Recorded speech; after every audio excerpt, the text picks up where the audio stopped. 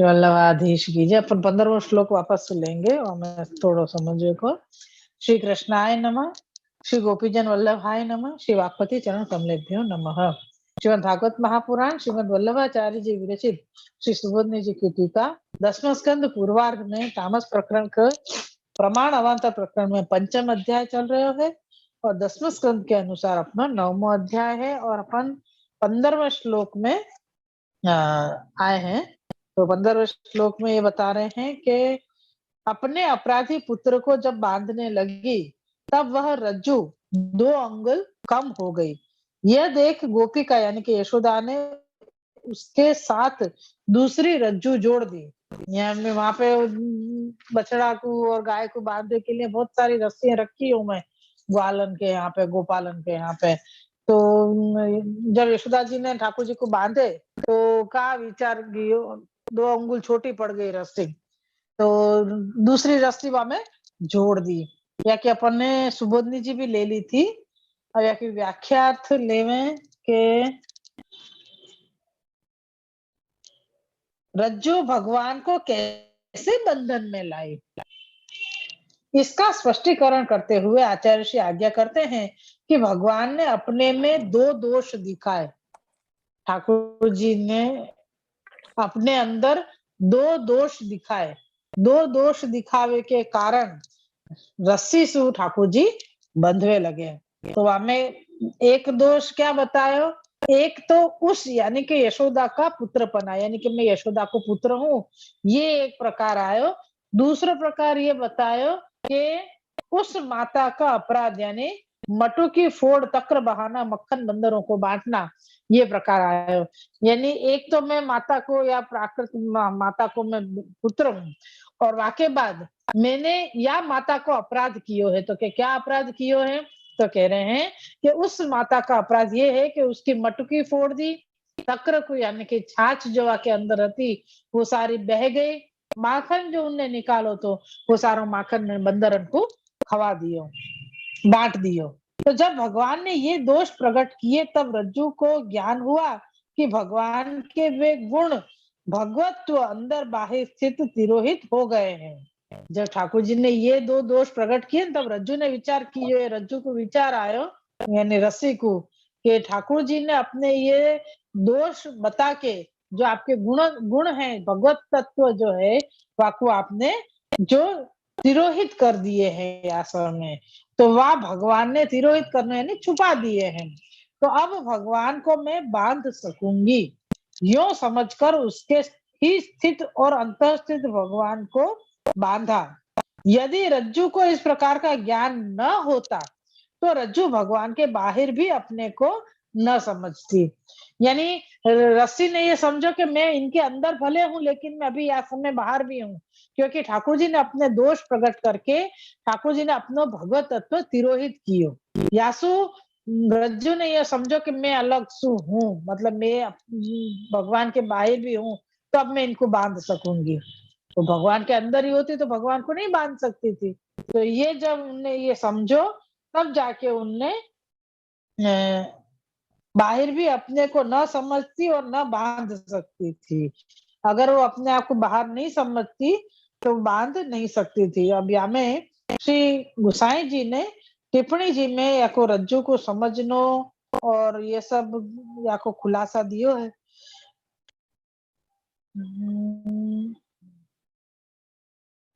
पहले या को ये भावार्थ समझ मतलब पढ़ ले, फिर ये वापस अपन पढ़ेंगे। अब क्या यो करते हुए भी पूर्णतया बांध न सकी।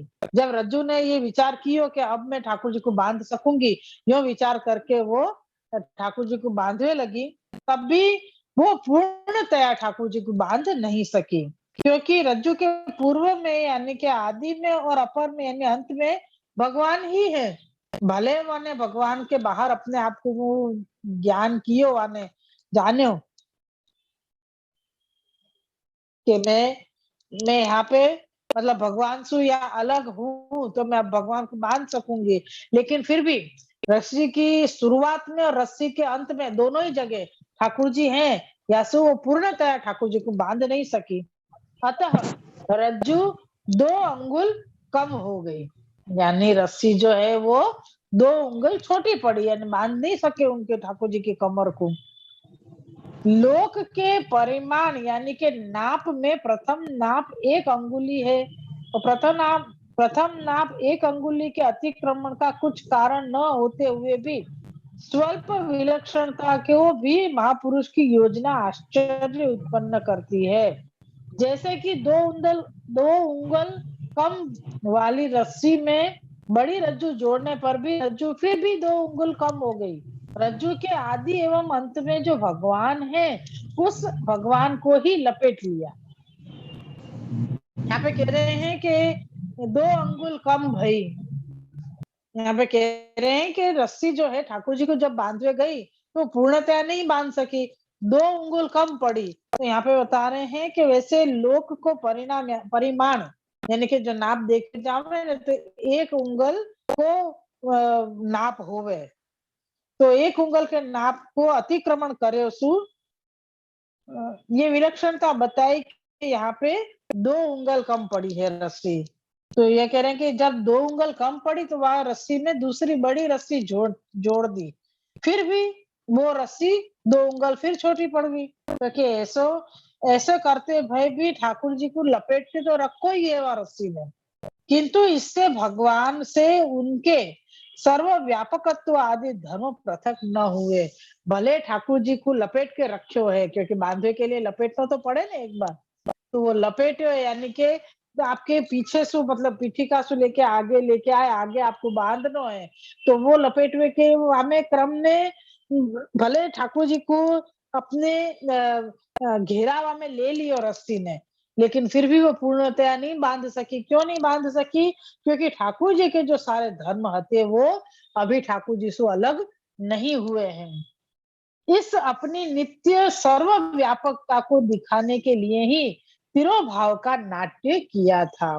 ठाकुर जी ने अपनी सर्वव्यापकता बताई कि जो रस्सी है, रस्सी में ही आदि और अंत दोनों में ठाकुर जी ही विराज रहे हैं। तो ये आपने धर्म को तिरोहित करने के लिए नाट्य कियो। रज्जु स्थूल यानी बड़ी हो रही थी, किंतु भगवान का उदर वैसा के वैसा ही था। अब यशोदा जी ने कही कि जितनी रस्सी जोड़ रहे हैं फिर भी वो 2 उंगल कम ही हो रही है, जितनी रस्सी जोड़ रहे हैं 2 उंगल कम पड़ रही है। तो कह रहे हैं कि यार रस्सी तो बड़ी होती जा रही है, लेकिन ठाकुर जी को उदर जो है वो तो उतना के उतना ही है, छोटो सो के छोटो सो ही है। जैसे चंद्रमा का प्रतिबिंब जल आदि में बिंब जितना ही दिखता है, तो भगवान की विलक्षणता का ज्ञान न होने पर होने से दूसरी भी उसमें जोड़ती गई। तो च अक्षर का भाव बताते हैं कि और बड़े बड़े रज्जू भी उसमें जोड़ी। जब 2 ही अंगुल न्यून होता होता तो दूसरे बड़ी बड़ी क्यों जोड़ने लगी? यहाँ ये कह रहे हैं कि इतनी सारी रस्सी श्री यशोदा जी ने जोड़ी वहां में, लेकिन फिर भी ठाकुर जी के उदर में बंधवे के लिए जब आवे तब वो 2 उंगल छोटी ही पड़े। तो कह रहे हैं कि अगर ऐसे ही होता कि 2 ही उंगल रस्सी कम पड़ रही थी तो बड़ी बड़ी रस्सियां क्यों बांधी? जब 2 ही उंगल छोटी छोटी पड़ रही थी तो बड़ी बड़ी रस्सी क्यों बांध रही है? छोटी सी रस्सी बांध के वो कर लेती। तो कह रहे हैं कि जब 2 उंगल हाँ, 2 उंगल चोटी पड़ी तो बड़ी-बड़ी रस्सी क्यों जोड़ रही है? इस पर जो आचार्य जी कहते हैं कि सुखदेव जी ने इसलिए ही गोपी का शब्द देकर इसकी मूर्खता को प्रकट किया है। यानी वो जब देख रही है कि 2 ही उंगल कम पड़ रही है तो बड़ी-बड़ी रस्सी को क्यों जोड़ रही है? तो यासु कही है, यशोदा जी को गोपिका कही है। यानी जा चीज में ठाकुर जी को ही अथसु इति तक को स्वरूप विराजमान है, वही चीज तो ठाकुर जी को कैसे बांध सकेंगे अपन? कि शुरू में भी ठाकुर जी हैं और छेले भी ठाकुर जी हैं, जैसे कहे ना कि है मिश्री को कहीं से भी वाको उठाओ तो वो मिठास ही देगो, चाहे वाको कितनो भी भूखा कर दो, वाको एक चरणामृत जितो रज भी लेके मतलब अपन लेंगे तो वाको आस्वादन मीठो ही आएगो। तो ऐसे यहाँ पे ठाकुर जी को कछु भी चीज मतलब लेके आओ, चाहे रस्सी हो चाहे और कछु भी हो, पर ठाकुर जी सब में विराजमान है। तो ठाकुर जी को स्वरूप खुद ही अपनी चीज अपने आप से ठाकुर जी कैसे बंधेंगे, ये यहाँ पे बता रहे हैं। और ये 15वां श्लोक पूरा हो रहा है। आभास है तथा किमभूतित्या संख्या माह यदासो दति। आभासात इसके पश्चात क्या हुआ उसका वर्णन निम्न श्लोक में करते हैं। श्लोक 16वां है। यदा तदपि न्यूनं तेनान्यदपि संदधे तदपि द्वयंगुलं न्यूनं यद्यदादत्त बंधनम। शब्दार्थ है, श्लोकार्थ है। अन्य रज्जुओं के जोड़ने से जो रज्जु बनी वह भी जब छोटी हो गई, तब दूसरी तीसरी जोड़ी तब भी 2 उंगल छोटी हुई। तात्पर्य है कि वह रज्जु जोड़ी जितनी उनसे भी वह रज्जु जोड़ी 2 अंगुल छोटी ही रही। श्री सुबोधने जी है। उभयोः संबंधे पुनः सेकैव रज्जुर्जाता तदाह यदासीदिति। उभयोः संबंधे यदेकम आसीदित्यर्थ।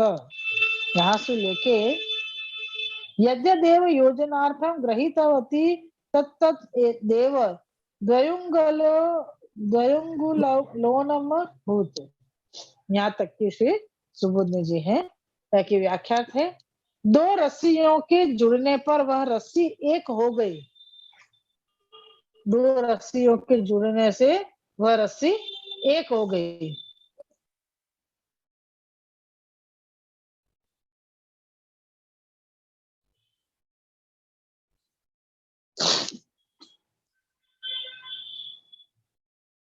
अन्य रज्जुओं के जोड़ने से जो रज्जु बनी वह भी छोटी हो गई नहीं। अपन यहाँ सुबोधनी जी की व्याख्या में 2 रस्सियों के जुड़ने पर वह रस्सी एक हो गई, तब भी पूर्ववत 2 अंगुल ही कम हुई। तो उस बड़ी हुई रस्सी के छोटे होने पर यशोदा ने दूसरी रज्जु उसमें जोड़ी, किंतु यह भी उसी प्रकार 2 अंगुल की कम हो गई। तो पुनः तीसरी बार वो रज्जु जोड़ी, तो वह तब भी उतनी ही न्यून हुई।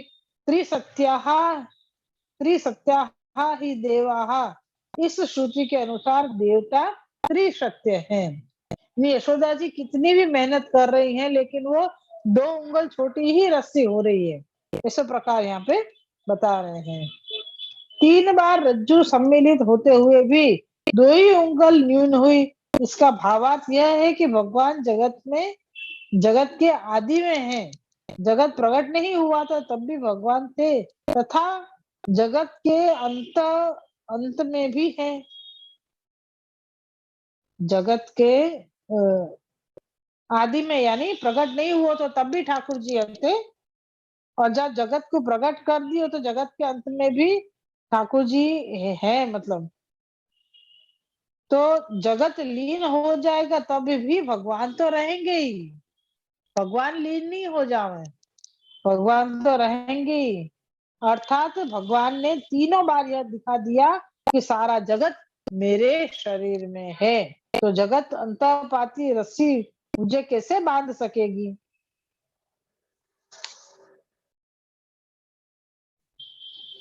बहुत ही सुंदर बात बता रहे हैं कि जगत के अंत में भी मैं ही हूँ, और जगत लीन हो जाएगा तो तब भी भगवान तो रहेंगे ही। अर्थात भगवान के 3 बार यह दिखा दिया कि सारा जगत मेरे भीतर है। तो जगत अंतःपाती रस्सी मुझे कैसे बांध सकेगी, यानी जगत में लपटी हुई लौकिक प्रपंचन में लटके हुए जो जीव हैं वो मुझको ये अंतःपाती रस्सी जो है वो कैसे बांध देंगे। इतना प्रभाव देखती हुई भी यशोदा ने मानुष स्वभाव के कारण पुनरअपि जितनी रस्सियां मिल सकी वे मिलाती गई, किंतु फिर भी वही 2 उंगल कम ही रही। तो लवाधीश की जय। ये अपनो 16वां श्लोक पूरा भयो है। अब यहाँ जो टिप्पणी जी में जो खुलासा कियो है, तू भगवान के बाहिर भी अपने को न समझते। यानी भगवान के अंदर ही अपने आप को रस्सी अपने आप के अंदर भगवान है ऐसो समझती थी। तो वो समझती थी आके लिए खुलासा दियो है श्री प्रभु चरण ने। पढ़ लो पहले। श्री प्रभु चरण टिप्पणी जी वे कहते हैं कि रज्जू ने यह समझा कि भगवान ने अपने वह धर्म तिरोहित कर दिए हैं, अपने वे धर्म तिरोहित कर दिए हैं, अतः अब यहाँ भगवान नहीं है, इसलिए मैं इनको बांध लूंगा।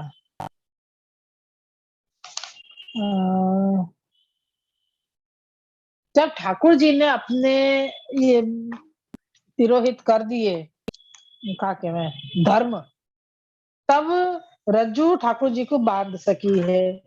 यानी वहां ने ये सोचा कि अब जब ठाकुर जी ने अपने दोष प्रकट कर लिए हैं और पुण्य है जो सारे छुपा दिए हैं, तो अब जरूर रज्जू को ये ज्ञान हो गया कि अब मैं बांध सकूंगा। फिर भगवान को फिर भगवान को बांध कर बांध सके, इसका कारण बताते हुए प्रभु चरण आज्ञा करते हैं कि भगवान जो लीला यहाँ कर रहे हैं भक्ताधीन होकर करते हैं। इस अतः जिस प्रकार मर्यादा मार्ग के भक्त होकर भी यशोद मर्यादा मार्ग के भक्त होकर भी यदि भगवान का अपराध करता है तो उसको भगवान के अधिकारी कालादि दंड देते हैं। यानी यहाँ पे दंड देवे को कार्य कौन कर रहे हैं तो के कालादी वगैरह जो है वो, तो कि क्यों कर रहे हैं, क्योंकि यहाँ पे ये स्पष्ट बता रहे हैं कि भगवान जो यह लीला कर रहे हैं वो भक्ताधीन होके कर रहे हैं, भक्त के अधीन होके ठाकुर जी ये लीला कर रहे हैं। तो जिस प्रकार मर्यादा में भक्त होकर भी भगवान का अपराध करता है तो उसको भगवान के अधिकारी कालादि दंड देते हैं।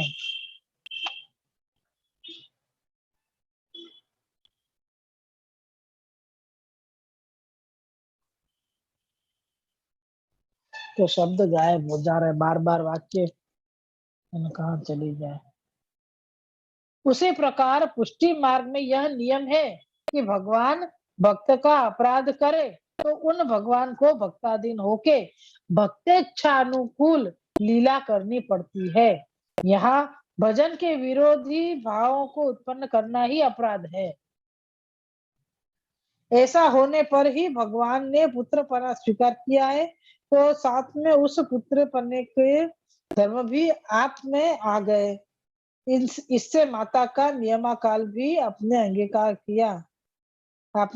किया। रज्जु की स्वामिनी माता है, अतः माता की बड़ू वस्तु रज्जु को भी इस प्रकार के सामर्थ्य प्रदान किया जिससे वह बांध सके। यहाँ पे भी बता रहे हैं कि ठाकुर जी को कैसे बांध सके, तो कह रहे हैं कि ठाकुर जी ने पहले तो अपने दो दोष प्रकट किए। दो दोष प्रकट करे कौन कौन से, तो कि एक तो यशोदा जी को मैं पुत्र हूँ ये प्रकार बतायो, और दूसरा प्रकार ये बतायो कि मैं या माता को, कौन सी माता है, कह रहे हैं कि ये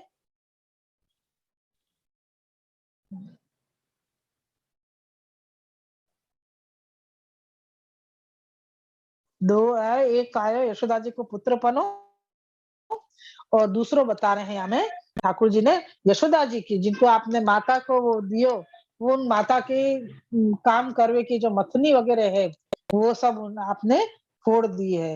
ये दो दोष जब प्रकट किए तब आपके गुण जो है वो तिरोहित हो गए, यानी धर्म जो बताया ना पहले कि धर्म तिरोहित हो गया। यहाँ पे ठाकुर जी ने धर्म तिरोहित किए ने तब रज्जू को ज्ञान भयो कि अरे मोकू तो ठाकुर जी को बांध देनो है।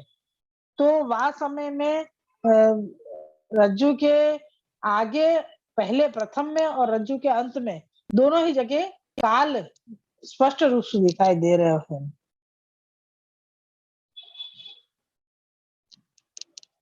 श्री वल्लभाधीश की जय हो। तो रज्जू का आदि और अंत दोनों में ठाकुर जी हैं। शुरू में भी ठाकुर जी, अंत में भी ठाकुर जी हैं। तो ठाकुर जी कह रहे हैं कि मैं अपने आप को कैसे बांधूं? या सो आपने अपने दोष प्रकट किए और गुण को तिरोहित कर दियो। जासु रज्जू ये विचार करे कि अब मेरे को इनको बांध सकूंगा, अब मैं बांध सकूंगी यूं। तो लेकिन फिर भी पूर्णतया नहीं बांध पा रही है, क्योंकि ठाकुर जी के धर्म सब तिरोहित नहीं भये अभी, जासु पूर्ण रीत से नहीं बांध पा रही है। तो या के लिए कहा आयो कि जैसे जैसे रस्सी मिलाते गए वहां में, वैसे वैसे भी रस्सी 2 उंगल छोटी पड़ने लगी। पहले दूसरी, तीसरी, चौथी, ऐसे करके बहुत सारी रस्सी बांधी। तो ये प्रकार हमें आयो कि अभी रस्सी पूरी तरह से नहीं बंधी है ठाकुर जी को। यशोदा जी ये को गोपी होता है, मतलब अज्ञान। यशोदा जी को गोपिका कही, हाँ, कि जब वो 2 ही उंगल कम पड़ रही थी तो इतनी बड़ी बड़ी रस्सियां क्यों बांधी? 2 ही उंगल बांधते हैं ना यूं। तो वो कह रहे कि वो गोपिका है, वो सुखदेव जी ने श्लोक में कही ये गोपिका है। यासु मतलब इनको मूढ़मती है कि बस अब ये खाली जिद एक पकड़ के बैठ जावे, बाकी आगे पीछे नहीं सोचे कि भाई ये मैं क्यों कर रही हूँ या क्यों नहीं करना चाहिए मुझको। ऐसा नहीं हो, बस हमको करना है, बस वो हमको कर लेना है। हाँ, कौन बोल रहे थे बीच में? હું દંડવત પ્રણામ. हाँ જે બે ઉંગલી જ કેમ દેખાડી? 4 નો દેખાડી, 6 નો દેખાડી, બે જ ઉંગલી કેમ?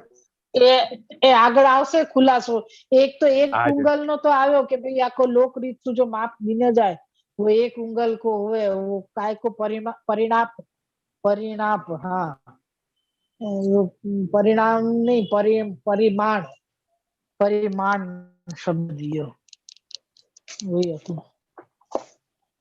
हाँ, परिमाण, लोक के परिमाण यानी माप के प्रथम नाप को 1 उंगल है। એટલે लोक को परिमाण जो अगर देखवे जाओ ने तो आपको माप है ऐसो 1 उंगल को कि या उंगल को कछु होएगो तो आगे आएगो खुलासा के 2 उंगल क्यों आई। मैंने तो वाचन कियो नहीं है तो खबर नहीं है कहा है। तो ये बता है, यानी जब तक ठाकुर जी की इच्छा नहीं होवे तब तक तुम कुछ नहीं कर सको। ये एक बात सबसे बड़ी गहन बात है हमें समझवे की। अपन को सबको मालूम है, अपन सब केवे ही है कि ठाकुर जी की इच्छा सु होएगो, ठाकुर जी जो करेंगे वही होएगो और वो अच्छो ही होएगो, फलाणो फलाणो फलाणो बहुत कुछ अपन बोले हैं। लेकिन सिर्फ बोलवे सु ये नहीं है जरूरी कि ठाकुर जी जो कर रहे वाको अपन अपन ने एक्सेप्ट कर लिए, वह चीज को अपन ने स्वीकार कर लियो। नहीं, वहां में सब में अपन अपनी बुद्धि जरूर लड़ावे कि नहीं ये ऐसे नहीं, ऐसे होता ना तो ज्यादा अच्छो रहतो, पर क्या करें हम, भगवत इच्छा, कोई बात नहीं। ठाकुर जी ने ऐसे कियो है तो होएगो, ऐसे इच्छा होगी ठाकुर जी की। हमारे हमारे बाजू में एक बोलना नहीं चाहिए वो यो के खुद खुद 11 आज 11 है ना, हमारे ठाकुर जी को भी 11 ही कराई होगी। तो ठाकुर जी को भी 11 करावे आज, सकड़ी बनावी ही नहीं वो। हम कहे ने ऐसा नहीं करना चाहिए, ना ना, એ તો ઠાકોરજીને પણ ક્યારે એવી ઈચ્છા હોય ને અરોગવાની એટલે અરે આજે ઠાકોરજીને આ ઈચ્છા હશે એટલે આ અરોગા, આ ઈચ્છા નહીં હોય એટલે वो खुद नहीं बना सके ने तो वो ऐसे बोले कि आज આજે ઠાકોરજીને આ અરોગવાની ઈચ્છा नहीं होए એટલે मैं ना बनाई। मैं बहुत अच्छे अच्छे दोस्त के साथ बात करे ठाकुर जी कि भाई आज ये इच्छा है, आज ये इच्छा नहीं है वो। तो ऐसा है कि अपन भगवत इच्छा बोलवे के शब्द तो अपन को सब बहुत अच्छे अच्छे आवे। હું તો દાસાનું દાસ છું, હું તો બહુ દીન છું, હું મારા કરવાથી થોડી કઈ થવાનું છે, બધું આપના કરવાથી જ થશે, આપ જે કરશો એ બહુ સારું થશે, હું તો આપ જેમ આજ્ઞા કરશો એમ જ હું કરે। એટલે बहुत बहुत सारे ऐसे शब्द हुए जो अपन रट्टू तोता की तरह बोले, लेकिन जब वो खरे अर्थ में जब वो करवे को आवे ने तब सबके ये फे हो जावे, सारी सट्टी पिट्टी गुल हो जाए समझ के कि हाय हाय ऐसा करना पड़ेगा, हाय हाय ऐसा तो ये है कि जो करे करके दिखावे ना तो वो एक बात हो जाए कि हाँ भाई चलो यार चीज तो बताए करके। तो ये है कि भाई ठाकुर जी ने ठाकुर जी की इच्छा से ये कार्य भयो कि यशोदा जी को मन ठाकुर जी के चरणारिंद तक नहीं पहुंचे, दृष्टि चरणारिंद तक नहीं पहुंची, ताके कारण यशोदा जी को भक्ति उत्पन्न नहीं हुई, स्नेह भयो। स्नेह भयो क्योंकि जो दोष हम अभी तक को जो अपन ने 5-7 श्लोक 8 श्लोक जो किए, वाको सारांश अपन लेवे ने, तो यशोदा जी जा प्रकार से दौड़ी ठाकुर जी के पीछे लकड़ी लेके, तो ठाकुर जी ने कही इनको दोष उत्पन्न भयो है, तो अब दोष युक्त को मैं न तो अपना मुख दिखाऊं, न मैं इनको मुख देखूं। तो ठाकुर जी उखल पेशु ऐसे कूद के दौड़े कि न एक दूसरे को मुख देख नहीं सके, ऐसे प्रकार से। लेकिन ठाकुर जी को पकड़ने के लिए वो प्रयत्नशील ही रही यशोदा जी, भले वो पुत्र भाव से ही पकड़ रही थी, लेकिन उनको प्रयत्नशील रही और उनके पीछे दौड़ी। तो वो श्रम जो कियो, उनने श्रम कियो, बार बार थक जाती तो बैठ जाती, फिर दौड़ने लगती, पसीना सुतर बतर हो गई, सब प्रकार से। तो वो जो श्रम भयो ने, तब उनके दोष नष्ट भये, दोष नष्ट होके गुण प्रकट भये। वो गुण ऐसो प्रकट भयो कि वो ठाकुर जी के पास आ सकी।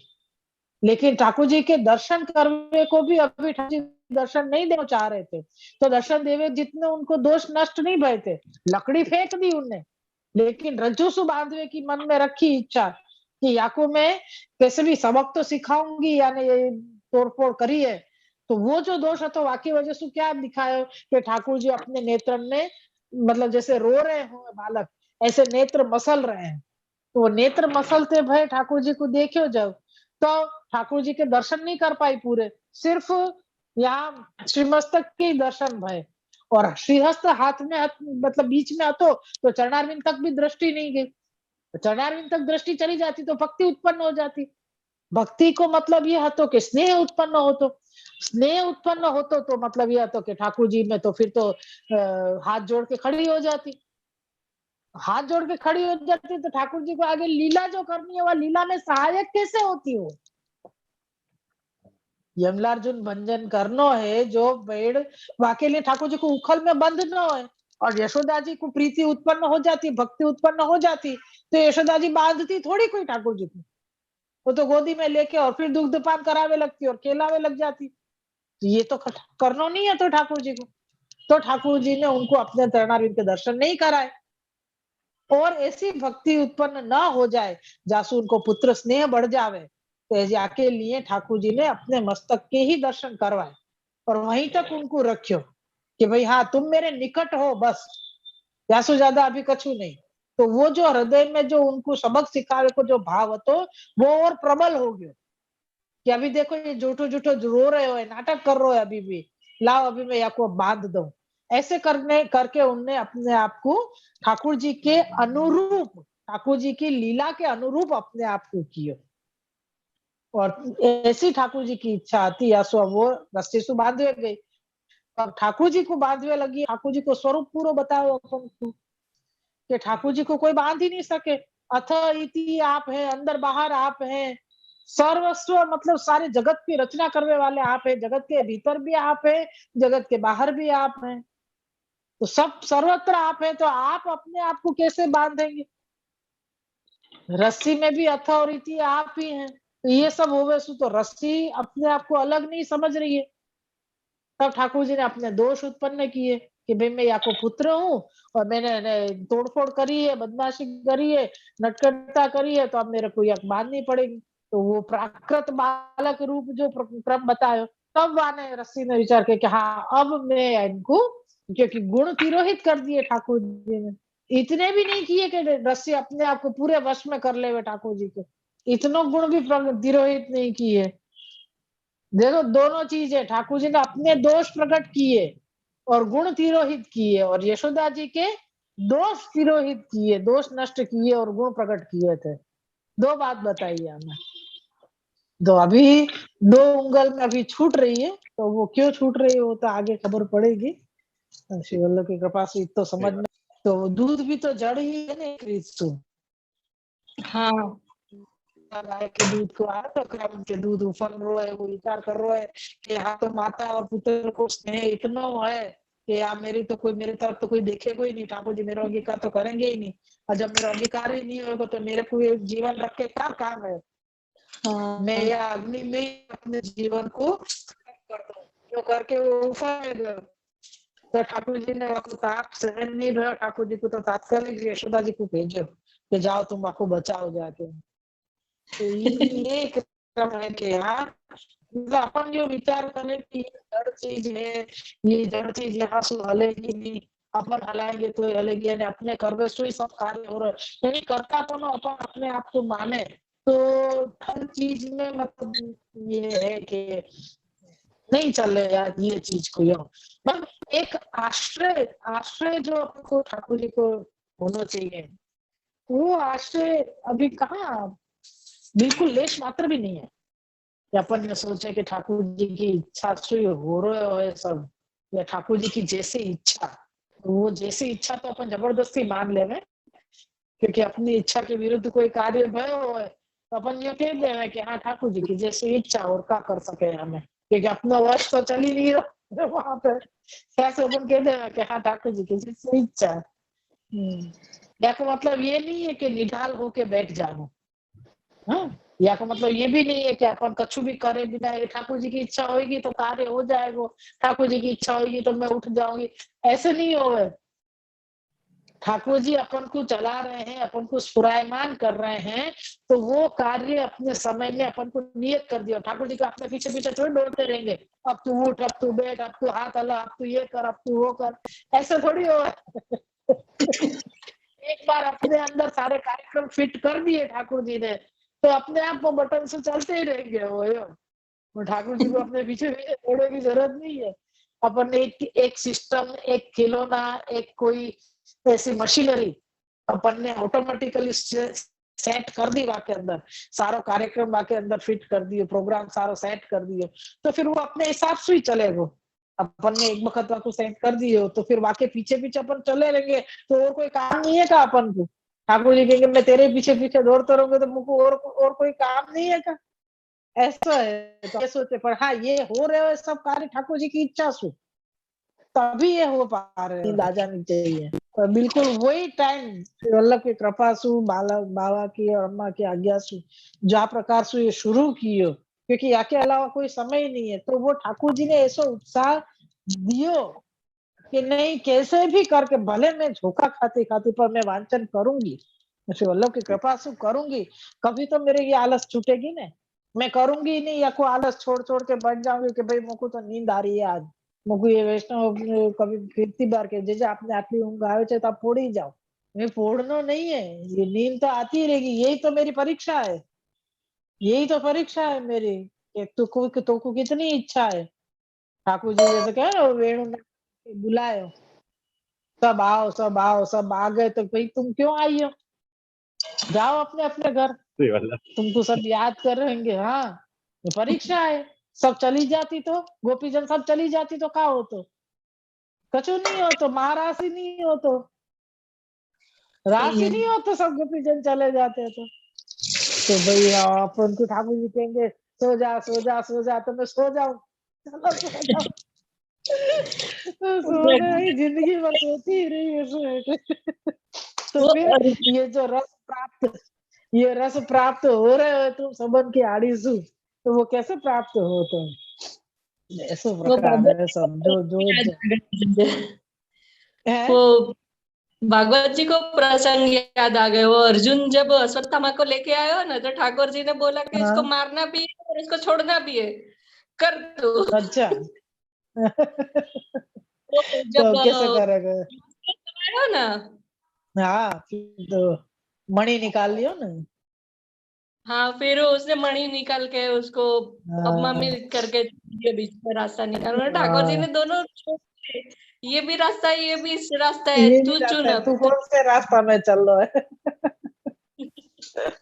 वही तो क्या ठाकुर जी ने बुद्धि दी है तो वो चलावे की शक्ति भी है, मतलब चल बुद्धि प्रेरक भी ठाकुर जी ही है, पर फिर भी आप हाथ ऊंचे कर देंगे मैं कुछ नहीं जानू, तो कुछ जो करना हो वो तू कर, तो जना दियो हो पहले ही, और वो कह दे कि मेरे को क्या मालूम, तू कर, तो कुछ जैसे करना हो वैसे, ऐसा ठाकुर जी को प्रकार है।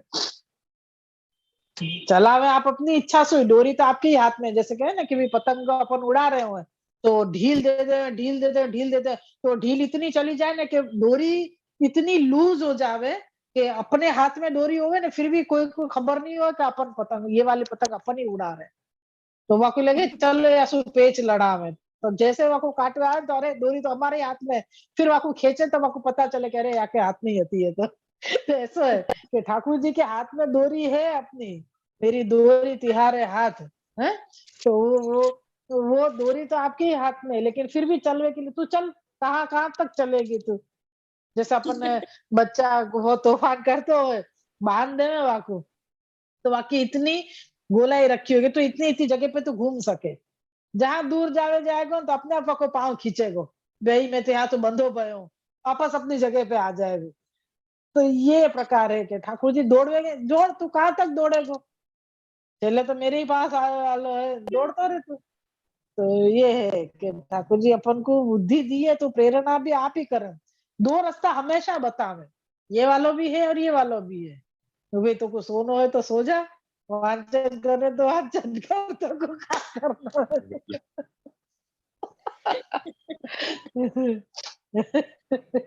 ऐसा ऐसा ठाकुर जी चला रहे, आपकी इच्छा से सब हो रहे है, तो यो होए कि नहीं आप कृपा विचार रहे हैं तब जाके ये कार्य अपन कर पा रहे हैं, बाकी तो ये पुस्तक हाथ में लेनी भी अशक्य बात है, नामुमकिन है बिल्कुल। श्री वल्लभाधीश की जय।